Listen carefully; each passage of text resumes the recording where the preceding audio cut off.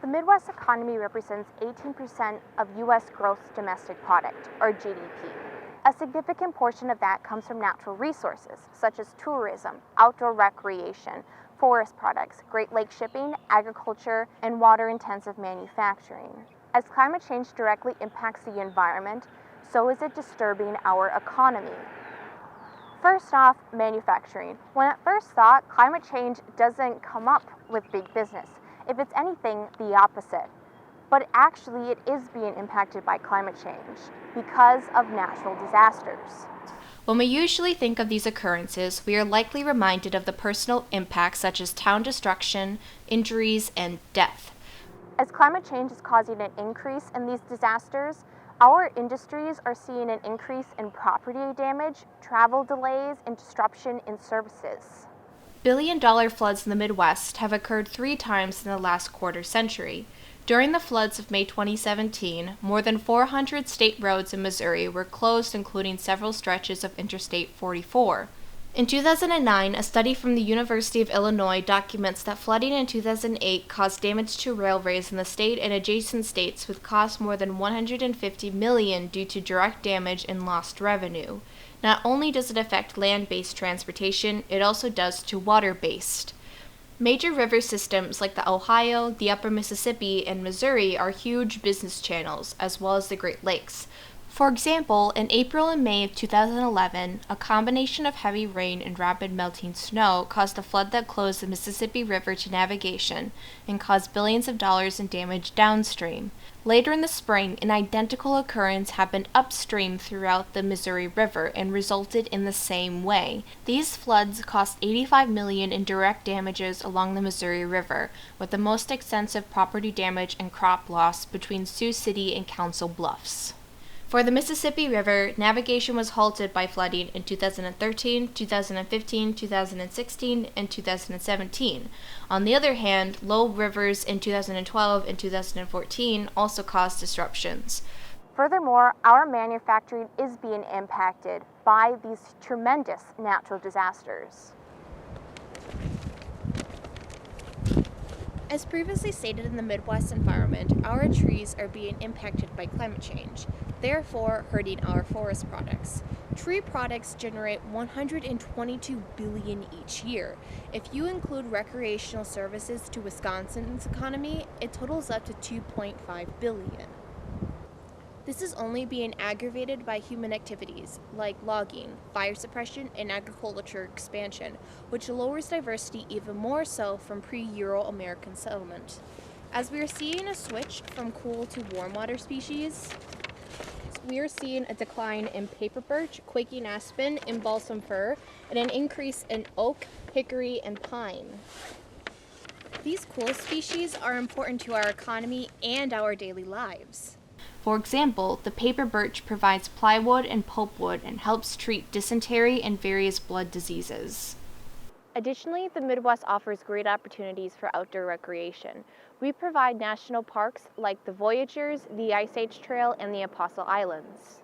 Midwest states' GDP averages at 2% of its economy for outdoor recreation. What really makes our outdoor recreation well known is the variety of winter activities. My own local area of central Wisconsin provides numerous things like sledding, both downhill and cross-country skiing, ice fishing, snowshoeing, and snowmobiling. As fossil fuels are warming up our planet, our winters are becoming milder and shorter. Hence, our winter activities are being hit the most. To hear more about this, I talked with Ben Popp, the executive director of the American Birkebeiner Association, which is North America's largest cross-country ski race. So my first question I want to ask you is, how would warming affect your industry, including employees, the community, partnerships, consumers, etc.? I mean, if we ask ourselves, how does warming affect our industry, our community, everything that we do, it's the short answer is really quite significant.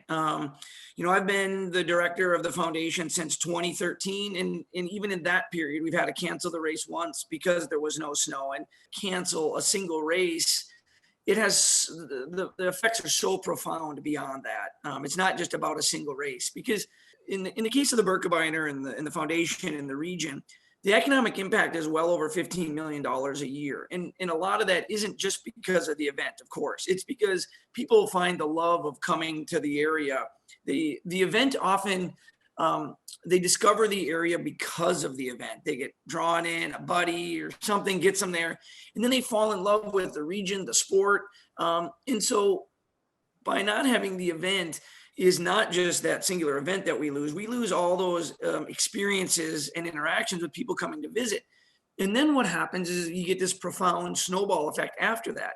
People often come and they fall in love with the area, they buy a second home, or they come back many times throughout the year. We survey our participants, and over 80% will come back and visit the area at least one more time in a different season.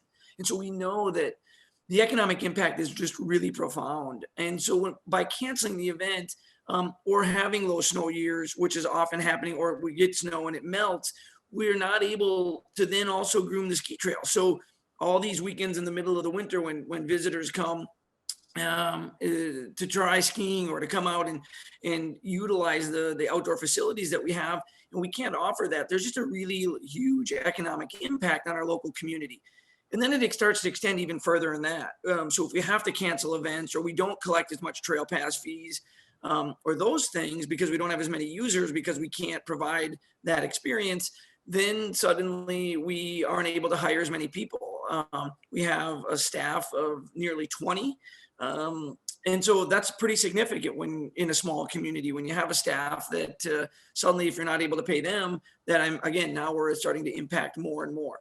Oftentimes people say the tourist dollar gets spent 7 times within the community. So one of the interesting facts that I like to point to is we as an organization, most of our money, or a lot of our money, comes from outside a radius of 50 miles because we're rural here. Even though we have great support of local sponsors and local folks, just by sheer volume of people where they're coming from, the money often trickles into that circle.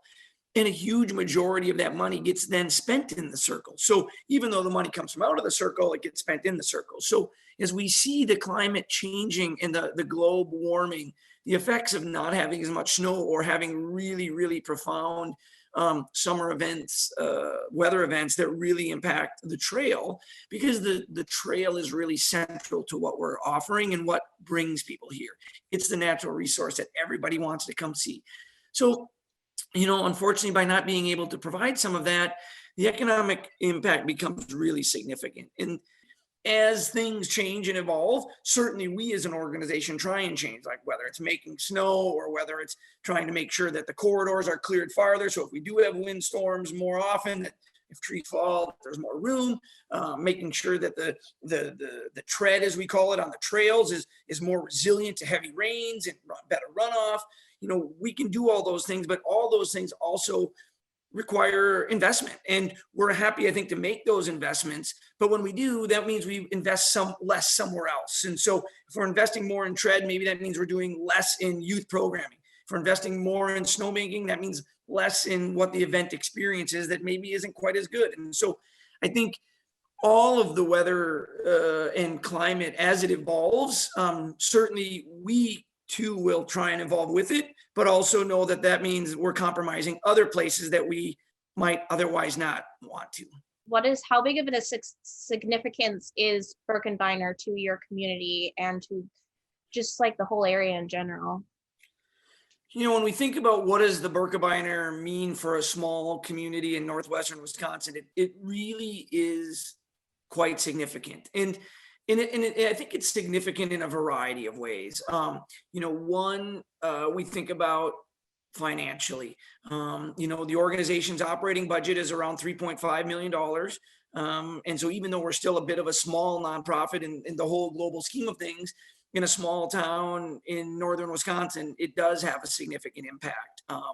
There was an economic impact study of the silent sport community back in 2013, so it's already aging itself. And at that point, it was over $14 million. And the foundation has tripled in size since then. So we can only start to make assumptions about the impact growing as well. And so what happens with the events is the ability as it grows in visibility through the event itself, we see that then really impacts also these other tourism areas, not just even skiing. So, for instance, the Birkebeiner was part of the Super Bowl Live in 2018 when the Super Bowl was in Minneapolis. The NFL said, "Hey, we heard you. You know, we really want to provide this bold North experience for all these millions of people that are coming to Minneapolis to watch a Super Bowl and around the world. And we hear you have this ski bridge that you put up." And so long story short, we ended up moving this. We have this wooden bridge that we put up as part of the event that skiers go up and over and skiing into downtown Main Street of Hayward. And so we loaded it up on 18 semis and drove it down to downtown Minneapolis and set it up and put snow on it. And all week long, it was the NBC's booth was up on top of it. And so all week long, it was the centerpiece of the second most viewed sporting event around the world. And so it really put skiing and Hayward and northern Wisconsin. What is this huge bridge and what are we on top of? And, you know, celebrities skied up and down it. And it really brought visibility to our region. And that would have never happened if we didn't have this event, which then created this bridge, which then gave us this opportunity to bring Hayward into downtown Minneapolis and around the world as part of the Super Bowl, which is really obviously much more mainstream than cross-country skiing. And so when we talk about what does the foundation and or the event bring to the community, it really starts to expand past, it's just an event that people come for a couple days and then they leave. Because what it also really promotes is a lifestyle. You know, we also have these events, but the other part was lifestyle. So that means supporting mountain biking and hiking and just being outside. And that then provides a whole secondary array of outdoor activities that people might want to come visit. But the other thing that I think we often overlook is by creating all this infrastructure for people that want to come and visit, it also provides opportunities for people that live here. So when we create a new trail segment or an outdoor community building that we're using for the event, well, it might get used for an event for 2 or 3 days of the year, but then the other 362 days of the year, it gets used by the local community. And so it really starts to provide, I think, some really great outdoor opportunities and resources for people that like to recreate outside, which by nature, if you live in northern Wisconsin, oftentimes you like to recreate outside. So it really starts to create some opportunities for folks that might not otherwise be able to. Another industry that is being impacted by climate change is something that defines the Midwest: farming. Midwest agriculture makes up 2/3 of the region's land area and produces 65% of the nation's corn and soybeans. For my state, research from UW-Madison and UW Extensions find that Wisconsin farms and agricultural businesses generate nearly $60 billion in economic activity and employ 353,991 people. In other words, 10% of the Wisconsin's workforce. Over half of all Wisconsin farms are small scale, meaning under 100 acres, spanning diverse agroecological zones.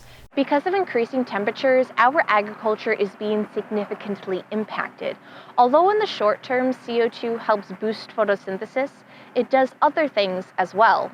Corn yields are declining as temperature increases because of the shortening of the reproductive development period. In some rural parts of Wisconsin, ozone levels are high enough to reduce yields of soybeans and winter wheat. Hotter temperatures also stresses livestock and furthermore causes a decline in meat, milk, and egg production. To get a personal glimpse into how climate change is impacting farmers, I went and talked with Tenzin Botsford. Him and his wife own and operate Red Door Family Farms in Athens, Wisconsin, and primarily cultivate fruits and vegetables with some poultry and pork. So my first question to you is, how would warming temperatures affect your industry, such as workers, employees, consumers, your community? Yeah.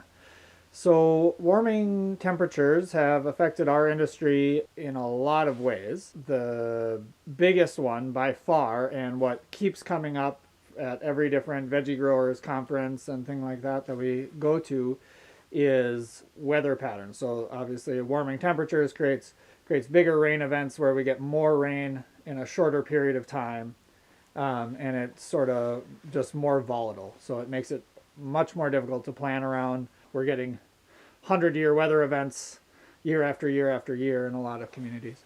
So that's by far the biggest challenge. Along with that come things like supply chain disruptions and possible crop contamination. So anytime you have surface water flooding a field, none of that is, even if you get those things to finish out and be harvestable, they're condemned because you've now had surface water contamination, so they're not considered safe to sell, which is, I think, smart. But I think a lot of people don't realize that a flooded field can mean that not only can it be a challenge to growing and to resource conservation, but it also can just annihilate a crop. Those are sort of the big things. But by far, I think, the biggest problem is rain events. So we're getting, occasionally we get drier spells than we normally do here in the Midwest, and that's a challenge, but that's a relatively easy challenge to work around for farmers. You can add water, but you can't take it away in most cases. We're only on our 7th year farming here, and one of the farms that we've really looked up to and modeled ourselves after, they have decided to shut up shop. And they were already on sort of a retirement track and scaling down, but they decided to do it earlier. They said they had 18 inches of rain in about the span of a month this year. Whereas right here, we didn't see that this year. And they're only, 2 hours to the west of us. But we have these small pockets, and it's just, if it hits you, it hits you. And there's not a whole lot to do about it in the immediate sense, certainly. And I know the Madison area has been hit really hard, not so much this past season, but the 2 previous summers, they had just tons and tons of flooding down there. I saw pictures of tomato plants this tall that were halfway underwater. Just heart-wrenching stuff. And it's really hard to farm, obviously, in those conditions, and it's hard enough to keep a farm viable, let alone when you've got to weather those sorts of storms. But it also further creates problems with erosion and soil depletion, nutrient depletion, which build and make longer term problems and affect your fertility. Like with warmer temperatures, we're going to see more pest and disease growth. How would that affect the farming industry? Yeah, that's very much true. And I would say, to a lesser, it's less of an immediate threat than the severe weather patterns, but it's also ongoing. And we are looking so there's plant hardiness zones. And there's a tiny little finger of zone 3 that comes down and feels like it loops around the farm and goes back north. But so we consider ourselves zone 3. Madison already is zone 5. So there's not a very large geographical area between these zones, especially here right around the Great Lakes. We are already seeing an increase in invasive pests that can overwinter. We're way up north, and we have the short growing season, which is why we use high tunnels to extend that growing season. For us to control for pests in the high tunnels, what we do is we just open the sides for a week or 2 in February and freeze it out really hard, and that seems to negate pest pressure, but that's becoming less and less possible. And this last year, we had a huge problem with cabbage moths, which aren't new to the area, but they weren't able to overwinter in the sorts of populations that we saw this last year because we had a milder winter last year. We can conclude that climate change is not just about the environment. It's about our industries. It's impacting our agriculture to our manufacturing. The assumption that big business benefits from its impacts on the environment is false. It's instead detrimental. And as climate change is impacting our industries, so is it impacting our own personal lives. It's increasing our taxes. Our needs like shelter and food are becoming destroyed, and our favorite activities are becoming more and more scarce. But climate change impacts us in an even more personal way, our own human health.